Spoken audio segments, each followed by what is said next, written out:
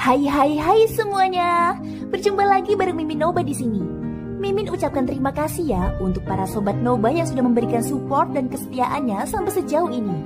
Dan juga Mimin tidak akan bosan-bosan minum pil Tika Dewa agar terus kerja membawakan episode-episode berikutnya dari BTTH Keabadian Kaisar. Pokoknya jangan bosan-bosan untuk terus mengikuti kelanjutannya. Kalau tidak, Mimin akan membuat kalian tidak bisa tertawa atau menangis. Let's go, mari kita masuk ke dalam ilusi seni radionya.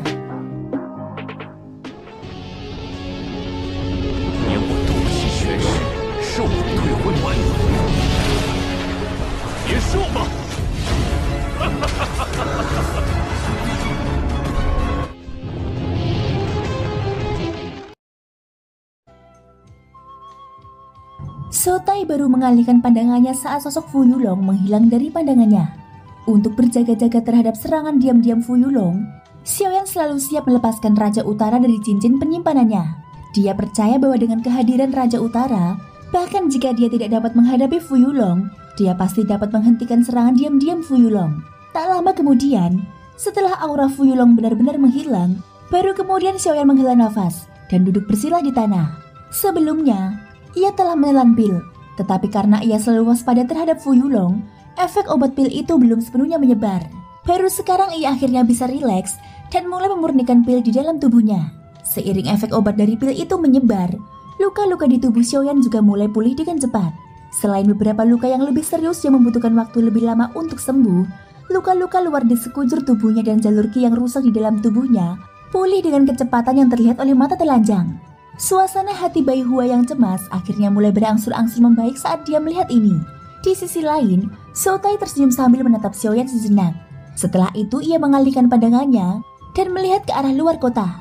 Pada saat ini sesosok manusia terbang dengan kecepatan yang sangat tinggi. Dengan sangat cepat, ia tiba di depan semua orang. Ketika ia melihat Sotai, ia segera membungkuk dengan hormat. Orang yang datang ini berpenampilan seperti seorang pemuda. Kultivasinya hanya Daudi bintang 3. Dari caranya menyapa Zotai, semua orang tahu bahwa pemuda ini sebenarnya adalah murid Zotai. Hal ini membuat Zhongli dan yang lainnya merasa penasaran. Temperamen Zotai tidak begitu baik. Dia akan senang di satu saat, dan kemudian canggung di saat berikutnya. Sulit untuk memahaminya. Sebenarnya ada seseorang yang berani menjadi muridnya. Bocah nakal, apakah kau tidak ingin bertemu dengan dermawanmu lagi? Hari ini guru akan memenuhi keinginanmu. Sotai mengabaikan ekspresi aneh orang-orang di sekitarnya saat ia berbicara kepada pemuda itu sendirian. Pada saat yang sama, ia mengulurkan jarinya dan menunjuk Xiaoyan yang duduk bersila di tanah agak jauh. Pandangan pemuda itu mengikuti dan melihat ke atas. Tak lama kemudian, ia melihat wajah yang dikenalnya yang tidak dapat ia hapus dari dalam ingatannya. Saat itu, Sotai lah yang membantunya mendapatkan kembali harga dirinya dan memungkinkannya memperoleh pemahaman lebih dalam tentang jalan alkimia. Meskipun saat itu Xiaoyan hanya mengucapkan satu kalimat kepadanya, hanya hal ini saja telah membuatnya menikmati banyak sekali manfaat. Ia telah menganggap Xiaoyan sebagai gurunya. Jika ia tidak bertemu Zotai kemudian, dan dibujuk oleh Zotai dan secara tidak sengaja menyebut Xiaoyan, kemungkinan besar ia tidak akan menjadi murid Zotai. Meskipun sekarang dia memiliki seorang guru, pemuda itu masih menaruh rasa hormat kepada Xiaoyan di hadapannya. Setelah beberapa lama, Xiaoyan keluar dari kondisi kultivasinya. Begitu dia membuka matanya, dia melihat wajah pemuda di depannya yang agak asing. Setelah itu, dia berbalik dan melihat wajah Bai Hua dan yang lainnya yang mencurigakan. Selain itu ada juga Zotai yang memiliki ekspresi mengejek di wajahnya. Orang ini jelas tahu alasan dibalik ini tetapi belum memberitahu mereka. Akan tetapi, saat ekspresi Xiaoyan tercengang, pemuda di depannya benar-benar berlutut di hadapan Xiaoyan dan melakukan salam seorang junior. Ketika adegan ini muncul, tidak hanya orang-orang yang hadir tercengang, bahkan Xiaoyan sendiri benar-benar tercengang. Dia bahkan tidak tahu siapa orang ini, tetapi dia benar-benar berlutut di depannya. Junior Muling berterima kasih kepada senior karena telah mencerahkanku waktu itu. Mendengar nama ini, pikiran Xiaoyan tidak hanya tidak memiliki kesan apapun, tetapi juga terasa semakin aneh. Dia benar-benar telah bertemu terlalu banyak orang di sepanjang jalan. Ada banyak orang yang tidak dapat dia ingat dengan jelas. Mereka yang dapat meninggalkan kesan mendalam di benaknya adalah mereka yang memiliki hubungan kuat dengannya. Adapun seseorang seperti pemuda di depannya ini, dia tidak dapat mengingat kapan dan di mana dia bertemu orang seperti itu. Ekspresi di mata Muling sedikit meredup saat melihat Xiaoyan mengungkapkan ekspresi seperti itu. Meskipun dia merasa sedikit kecewa di dalam hatinya, wajahnya tidak menunjukkan keterkejutan apapun. Bagaimanapun, hal seperti itu hanyalah tindakan biasa yang dilakukan Xiaoyan saat itu. Bagaimana dia bisa tahu bahwa kalimat biasa yang dia ucapkan saat itu benar-benar akan menghasilkan seorang jenius dengan keterampilan alkemis yang luar biasa. Namun saat Muling hendak berbicara untuk Xiaoyan yang duduk bersila di depannya tiba-tiba teringat sesuatu.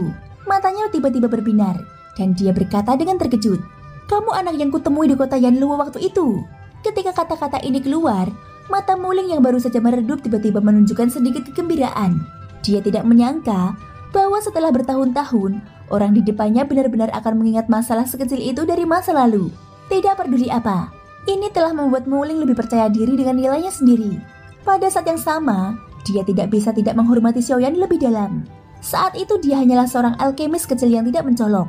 Sangat sulit baginya untuk bahkan memurnikan pil obat biasa. Namun setelah mengalami kejadian itu, pemahamannya tentang jalan alkimia telah melonjak pesat. Ini bukan hanya karena bakatnya sendiri. Yang lebih penting, itu karena kebanggaan yang diberikan Xiaoyan kepadanya.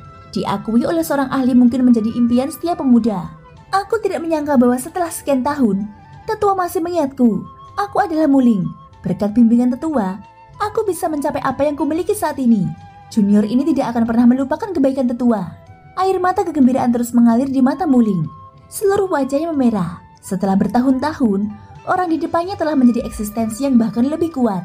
Bahkan dia samar-samar bisa merasakan bahwa bahkan gurunya saat ini, Sotai, jauh lebih rendah dari Xiaoyan. Meski begitu, Xiaoyan masih bisa mengingat masalah kecil dari masa lalu. Ini benar-benar membuatnya terkejut. Bisa bertemu Xiaoyan lagi sudah dianggap sebagai pemenuhan keinginannya. Dia hampir tidak bisa menahan emosi di dalam hatinya. Ketika Xiaoyan melihat Muling yang berlutut di depannya, wajahnya memerah saat dia mengusap hidungnya. Sejujurnya, dia tidak memiliki banyak kesan tentang Muling. Alasan mengapa dia dapat mengingat kejadian itu adalah karena kuali Luotian di cincin penyimpanannya. Kuali Luotian diperoleh dari kota Yanluo. Ini tentu saja meninggalkan kesan yang mendalam pada Xiaoyan. Sekarang setelah dia memikirkannya, dia juga teringat pada ahli misterius yang dia temui saat itu.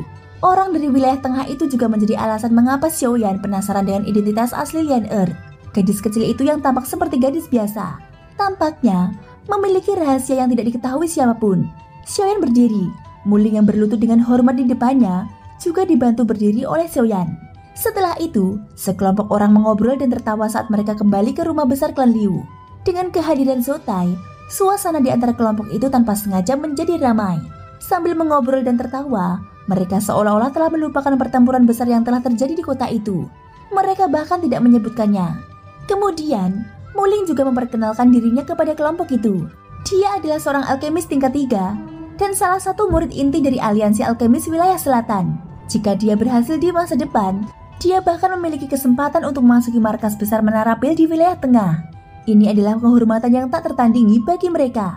Bahkan mata Zotai dipenuhi dengan kegembiraan saat dia menyebutkan masalah ini. Wajah semua orang dipenuhi dengan keterkejutan saat mereka menatap Muling. Mereka tidak dapat menahan perasaan sedikit terkejut oleh keunggulan pemuda di depan mereka ini. Akan tetapi, saat mereka memikirkan bagaimana Muling mampu mencapai ketinggian seperti itu hanya dengan sedikit bimbingan dari Xiaoyan, keterkejutan di hati mereka langsung beralih ke Xiaoyan. Xiaoyan tidak memperhatikan tatapan orang banyak. Ketika dia mendengar sebutan yang sudah dikenalnya dari mulut Muling, hanya ada sedikit rasa ingin tahu dan kegembiraan di hatinya. Mengenai tempat itu, Xiaoyan tidak memiliki ambisi. Namun jika ada kesempatan, dia tidak akan ragu untuk bersaing dengan para ahli alkemis di Menara Pil. Mengenai memperlakukan Menara Pil sebagai tempat kehormatan dan kerinduan seperti yang lain, ini adalah sesuatu yang tidak dapat dilakukan Xiaoyan. Dia sudah mengalami terlalu banyak hal, dan dia tidak peduli dengan ketenaran dan kemuliaan. Daripada memikirkannya, lebih baik dia mencurahkan seluruh energinya untuk berkultivasi. Lagi pula, selama kekuatannya mencukupi, bukankah ketenaran dan kemuliaan akan mengetuk pintunya dengan batu? Seperti kata pepatah, lebih baik mengandalkan diri sendiri daripada mengandalkan orang lain. Itulah prinsip di baliknya. Setelah beberapa kali bertukar salam, orang-orang yang tersisa di aula berangsur-angsur pergi. Hanya Bai Hua dan Zota yang tetap tinggal. Alasan mengapa mereka tetap tinggal tentu saja karena Xiaoyan. Kali ini, aku harus berterima kasih kepada tetua Zhou karena telah memaksa Fu Yulong mundur. Jika bukan karenamu, kemungkinan besar masalah ini akan lebih buruk dari yang kuduga. Setelah semua orang pergi, Xiaoyan berdiri dan dengan hormat menangkupkan kedua tangannya ke arah Zotai. Bai Hua tidak berani bersikap lalai sedikit pun saat melihat ini. Dia buru-buru membungkuk ke arah Zotai. Hahaha, kita semua adalah keluarga. Tidak perlu bersikap sopan. Dalam beberapa tahun terakhir, tindakan Fu Yulong sangat eksentrik. Banyak orang di wilayah selatan menganggapnya sebagai duri dalam daging mereka. Namun karena kekuatan tirani orang ini, tidak ada yang berani melawannya. Kata-kata yang kukatakan kepada orang itu hari ini sebenarnya adalah niat dari orang-orang tua di aliansi alkemis. Selain itu, jika bukan karenamu, kemungkinan besar aku tidak akan dapat menemukan murid yang luar biasa seperti Muling. Jika ada orang yang harus berterima kasih, akulah yang harus berterima kasih kepadamu. Ketika kata-kata ini diucapkan, mereka bertiga langsung saling memandang. Tak lama kemudian mereka tertawa terbahak-bahak. Setelah beberapa kali tertawa, Sotai akhirnya mengetahui bahwa Xiaoyan telah bergabung dengan aliansi alkemis di wilayah barat. Ini berarti bahwa mereka berasal dari faksi yang sama. Hubungan mereka satu sama lain tanpa disadari menjadi semakin dekat. Setelah mengobrol sebentar, tatapan Xiaoyan kembali tertuju pada Bai Hua. Dalam beberapa hari terakhir, Xiaoyan sibuk dengan reorganisasi klan Liu. Masih ada beberapa hal yang belum ia tanyakan dengan jelas kepada Bai Hua. Sekarang masalahnya sudah teratasi, saatnya untuk bertanya. Setelah serangkaian pertanyaan umum, Bai Hua menjelaskan perubahan keseluruhan dalam klan Liu kepada Xiaoyan selama beberapa tahun terakhir. Selama beberapa tahun terakhir, dengan perlindungan Bai Hua, kekuatan klan Liu secara keseluruhan meningkat pesat. Meskipun mereka telah menghadapi banyak masalah, kekuatan klan Liu secara keseluruhan jauh lebih kuat daripada saat Xiaoyan pertama kali bertemu mereka. Ini sesuai dengan harapan Xiaoyan dan juga di luar harapannya. Selain kekuatan klan Liu secara keseluruhan, jiwa Liu Feng yang tersisa di pelakat emas telah sepenuhnya menghilang beberapa tahun yang lalu. Hanya seutas energi spiritual yang ditinggalkan Xiaoyan yang masih membantu keturunan klan Liu tumbuh. Setelah mengetahui bahwa jiwa Liu Feng yang tersisa telah menghilang, sementara Xiaoyan terkejut, dia tidak dapat menahan rasa kasihan di dalam hatinya. Pada saat yang sama, dia merasa semakin mengagumi orang itu. Jiwa yang tersisa sebenarnya telah dengan kuat mendukung klan Liu hingga ke keadaannya saat ini. Harus dikatakan bahwa sebagai mantan kepala klan Liu, Liu Feng sangat luar biasa. Adapun Murong Qian, Bai Hua juga telah menceritakan secara rinci kepada Xiaoyan tentang bagaimana dia bisa sampai di tempat ini. Begitu mendengar bahwa gadis itu benar-benar mengandalkan kalimat yang tidak disengaja diucapkannya untuk menemukan tempat ini, hati Xiaoyan tidak dapat menahan rasa terkejutnya atas tindakan gadis ini. Beruntung dia tidak memiliki niat untuk berbohong kepadanya. Jika orang lainnya menyimpan niat jahat, kemungkinan besar gadis ini bahkan tidak akan tahu mengapa dia dijual oleh orang itu.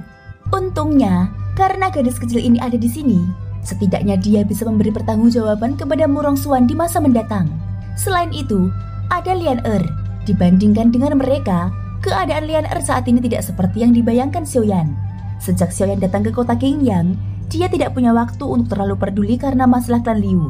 Oleh karena itu, dia tidak melihat Lian Sekarang setelah masalah itu diangkat, Xiaoyan tahu bahwa tubuh racun menyedihkan Lian telah benar-benar meletus bertahun-tahun yang lalu. Hanya dengan campur tangan Bai Hua, racun dalam tubuh gadis itu ditekan. Namun Lian juga tertidur lelap karena ini. Akan tetapi, seiring berjalannya waktu, bahkan dengan kekuatan Bai Hua, dia perlahan merasa bahwa dia tidak mampu menekan tubuh racun menyedihkan milik Lian Sejak awal tahun, ketika tubuh racun Lian meletus, Bai Hua mampu menggunakan kultivasinya untuk menekannya dengan kuat. Namun dalam beberapa tahun terakhir, setiap kali tubuh racun Lian meletus, bahkan dengan kultivasi Bai Hua, dia tidak lagi mampu mengendalikannya sepenuhnya. Bahkan untuk mengendalikan tubuh Lian dia tidak ragu untuk menggunakan darah esensinya sendiri sebagai harta untuk menekan tubuh racun. Ketika Xiaoyan mendengar kata-kata ini, bahkan dengan temperamennya, hatinya tidak bisa menahan diri untuk tidak tenggelam. Bagi Bai Hua, untuk menggunakan darah esensinya sendiri sebagai harga, beratnya masalah ini sudah jelas. Situasi Lian saat ini tidak kecil. Selain itu, agar tidak menimbulkan kepanikan di klan Liu, hanya pemimpin klan, Liu Huabai, yang mengetahui masalah ini di seluruh klan Liu. Bahkan tetua pertama Liu Cheng tidak mengetahuinya. Adapun Zotai, ketika dia mendengar kata-kata tubuh racun yang menyedihkan, ekspresi terkejut muncul di wajah tuanya. Tubuh racun yang menyedihkan adalah tubuh mengerikan yang jarang terlihat di benua ini. Bagaimana mungkin Zotai tidak tahu tentang reputasinya? Namun yang tidak disangkanya adalah Xiaoyan benar-benar akan meninggalkan orang seperti itu di klan Liu yang kecil. Terlebih lagi, saat dia mendengar bahwa Bai Hua benar-benar dapat menggunakan esensi darahnya sendiri untuk menekan tubuh racun, secercah keterkejutan melintas di kedalaman sepasang mata tuanya yang tajam. Ketika pertama kali melihat Bai Hua, dia bisa mencium aroma yang familiar darinya. Namun dia tidak dapat mengenalinya. Sekarang setelah dia mendengar Bai Hua berbicara, rasa ingin tahu di hatinya semakin kuat. Xiaoyan tidak terkejut bahwa tubuh racun yang menyedihkan telah meletus sepenuhnya. Namun poin pentingnya adalah bahwa kekuatannya sebenarnya menakutkan. Hal ini menyebabkan Xiaoyan merasa terkejut. Situasi seperti itu belum pernah terjadi bahkan dengan dokter peri kecil saat itu. Dari sini, orang dapat mengatakan bahwa konstitusi yang dimiliki Lian kemungkinan jauh lebih menakutkan daripada dokter peri kecil. Beberapa saat kemudian, di bawah pimpinan Bai Hua, Xiaoyan dan Zhou Tai tiba di sebuah terowongan bawah tanah rahasia di klan Liu. Di kedalaman terowongan itu terdapat ruang rahasia tempat Lian ditempatkan. Ruang rahasia itu dibangun 1000 kaki di bawah kediaman klan Liu. Alasannya adalah karena racunnya begitu kuat sehingga sudah dapat menginfeksi ruang yang jaraknya ratusan kaki dari Lian. Meskipun berada jauh di bawah tanah, kekuatannya masih cukup untuk membuat jantung seseorang berdebar-debar. Sebelum mereka bertiga tiba di ruang rahasia, Xiaoyan dan Zhou Tai yang merupakan alkemis telah merasakan racun yang kuat. Racun yang mengerikan, bahkan tanah pun terinfeksi. Ketiganya perlahan berjalan menyusuri terowongan yang dipenuhi cahaya lembut. Ketika Zhou Tai merasakan racun kuat dari tubuh Lian, dia tidak bisa menahan diri untuk tidak berseru kaget. Ini adalah pertama kalinya dalam hidupnya dia melihat racun yang bahkan dapat menginfeksi tanah. Mendengar ini, ekspresi Xiaoyan tampak sedikit serius saat dia menganggukkan kepalanya. Bai Hua menghela nafas tak berdaya dan sedikit mengernyit saat dia terus berjalan maju. Bagaimanapun, dia telah melihat gadis itu tumbuh dewasa secara bertahap.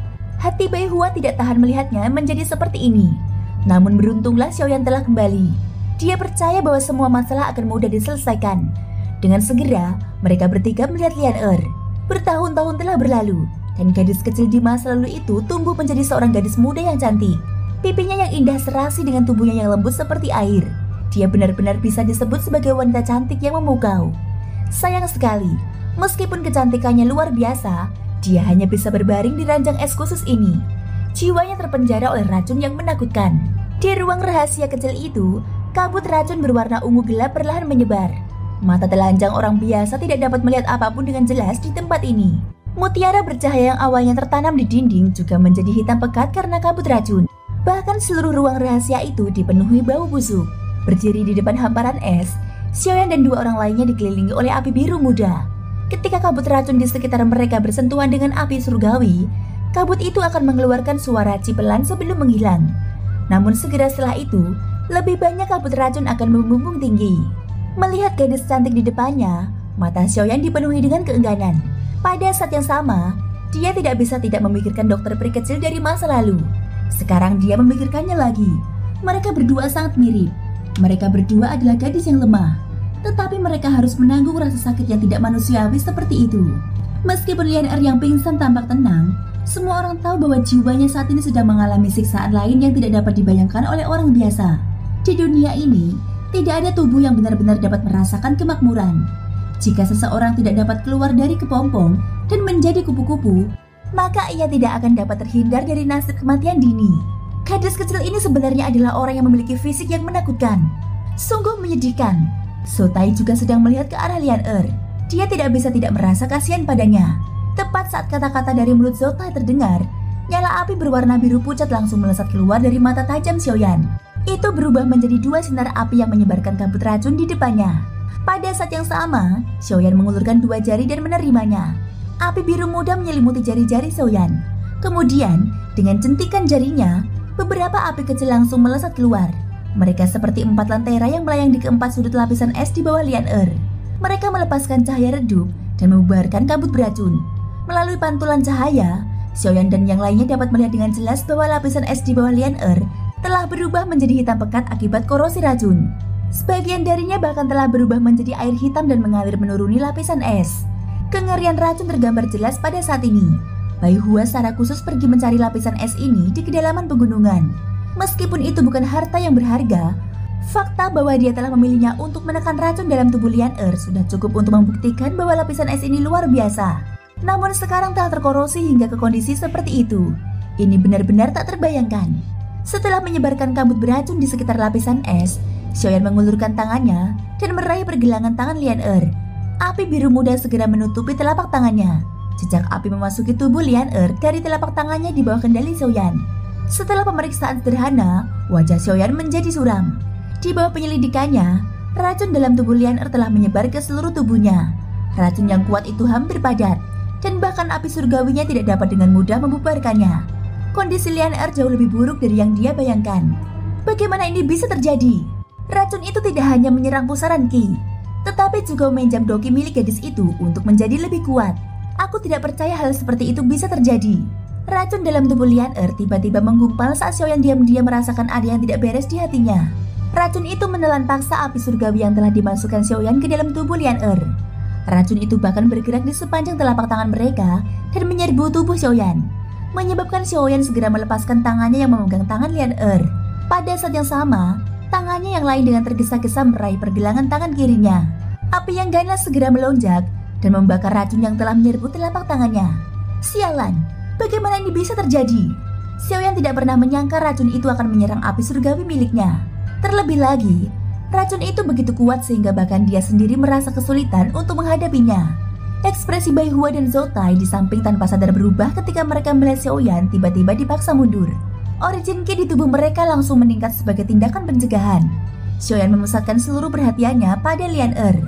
Lebih tepatnya, ia terfokus pada racun mengerikan di dalam tubuhnya. Setelah terdiam sejenak, Xiaoyan sekali lagi menyerang. Suara hembusan terdengar saat api biru pucat tiba-tiba muncul dari telapak tangan kanannya. Suhu tinggi yang dahsyat langsung membakar kabut racun yang sedikit lebih dekat. Bahkan suhu di dalam ruangan gelap telah meningkat secara signifikan saat ini. Mata Zhou Tai menunjukkan ekspresi terkejut ketika menatap api yang membumbung di telapak tangan Xiaoyan. Sebelumnya ia tidak terlalu memperhatikannya, tetapi sekarang api itu meledak dengan kekuatan. Ia akhirnya menyadari bahwa api surgawi Xiaoyan sangat berbeda dari yang pernah dilihatnya sebelumnya.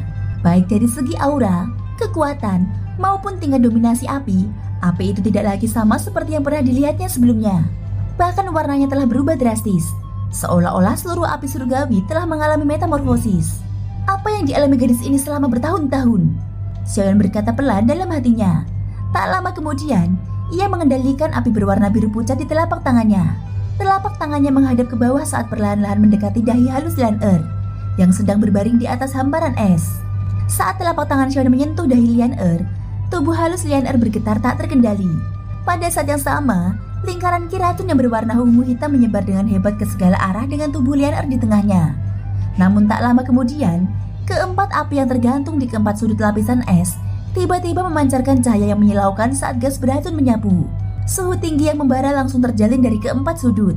Api biru pucat berubah menjadi jaring api besar yang membakar habis gas beracun yang menyebar keluar hingga tidak ada yang tersisa.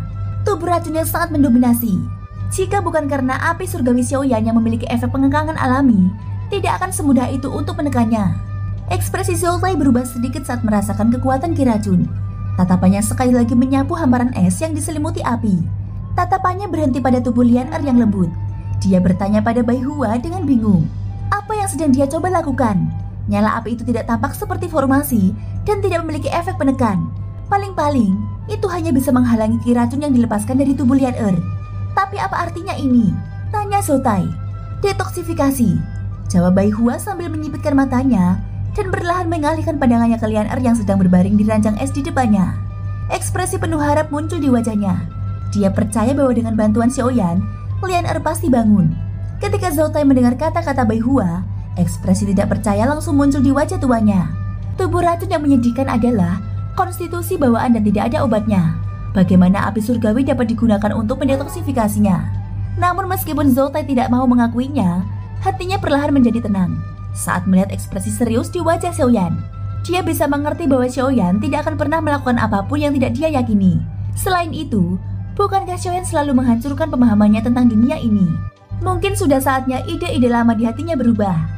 Tubuh Lian yang halus masih bergetar hebat tak terkendali. Gelombang ki racun yang sangat mengerikan keluar dari tubuhnya, terutama di wajahnya yang halus dan cantik. Ki racun yang pekat telah mengubah seluruh wajahnya menjadi warna hitam pekat. Bibir halus Lian yang telah berubah menjadi ungu kehitaman terbuka tak terkendali. Tenggorokannya mengeluarkan suara serak yang aneh. Racun itu menggumpal dengan liar. Tampak seperti ular berbisa berwarna hitam yang menerkam ke arah tangan Xiaoyan yang tercetak di dahi Lian. Benda ini benar-benar memiliki kesadarannya sendiri. Melihat pemandangan ini, pupil mata Xiaoyan tiba-tiba mengecil. Kemudian dia mengatupkan giginya, dan api biru muda itu tiba-tiba menjadi lebih ganas. Saat menyebar dengan cepat, api itu tampaknya telah berubah menjadi singa yang menyala-nyala dan dengan ganas mencabik-cabik racun itu. Tak lama kemudian, api itu benar-benar menyelimuti seluruh tubuh Lian. Api surgawi membumbung, melepaskan suhu tinggi yang menghilangkan kabut beracun di sekitarnya. Cahaya api hampir memenuhi seluruh ruangan gelap. Dalam sekejap, kabut beracun yang awalnya memenuhi ruangan gelap itu menghilang, dan bau aneh di udara juga berangsur-angsur menghilang. Tanpa terlihat, tampaknya ada nafas kehidupan tambahan. Setelah bertukar serangan singkat, Xiaoyan meremas ular berbisa berwarna hitam itu hingga meledak. Api yang ganas itu melesat maju dengan cepat seperti harimau lapar yang menerkam mangsanya, memurnikan racun ini sepenuhnya. Meskipun demikian, emosi dalam hati Xiaoyan tidak tenang. Kekuatan racun ini tidak memiliki kesadarannya sendiri. Ini adalah pertama kalinya dia melihat hal seperti itu. Jika dia tidak menanganinya dengan hati-hati, kemungkinan besar hal itu akan menyebabkan kerusakan yang cukup besar pada Lian Er. Ini adalah sesuatu yang tidak ingin dia lihat. Ketika api surgawi Xiaoyan sekali lagi disuntikkan ke tubuh Lian Er, kejadian sebelumnya terjadi lagi. Racun itu tampaknya menjadi lebih ganas di tubuh Lian Er. Menghadapi api surgawi Xiaoyan, ia sama sekali tidak takut. Di bawah serangan berulang-ulang, bahkan Xiaoyan merasa tidak nyaman. Setelah beberapa lama, api surgawi masih tidak dapat mengeluarkan racun di tubuh Lian Er. Hal ini menyebabkan Xiaoyan mengerutkan kening. Jika dia mengeluarkannya dengan paksa, Xiaoyan khawatir itu akan membahayakan tubuh Lian Er. Namun jika dia membiarkannya, dia pasti tidak akan bisa mengeluarkan racunnya. Hal ini membuat Xiaoyan berada dalam dilema. Thank you guys sudah mendengarkan ceritaku di episode kali ini sampai akhir. Ikutin terus kelanjutan episode berikutnya ya. Semoga hari kalian menyenangkan. Sampai jumpa dan bye-bye.